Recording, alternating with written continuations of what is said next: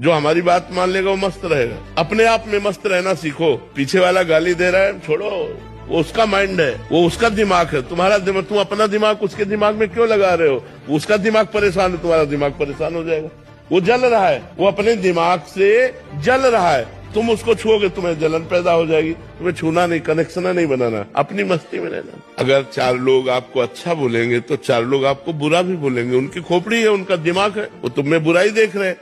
तो हमें चाहिए कि लोगों से मतलब नहीं रखना चाहिए। जरूरत पड़े तो लोगों का हित कर देना चाहिए। लोग हमारे पर कैसी दृष्टि रखते हैं ये हमें नहीं देखना।